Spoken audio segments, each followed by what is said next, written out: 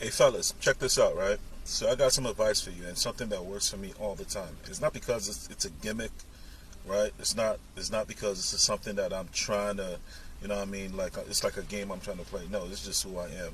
So check this out. Something that helps me out a lot in the dating market is this.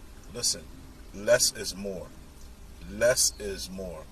So when you go out to the club or whatnot. Listen, the one thing I'm gonna need you to understand is this: less is more. Now, how do you actually put this in practice? It's real simple. And I hold this credo, for life. Listen, if you're a hardworking man, right, and you see this woman across, just sitting across the bar, right, right, the first question you got to ask yourself, right, because at this point you haven't even approached her. You just see her and you're thinking about approaching her. This is the one question that's just going to stop you from talking to 70 to 80% of the women that you even think about approaching. Check this out. Ask yourself this question: is this my reward?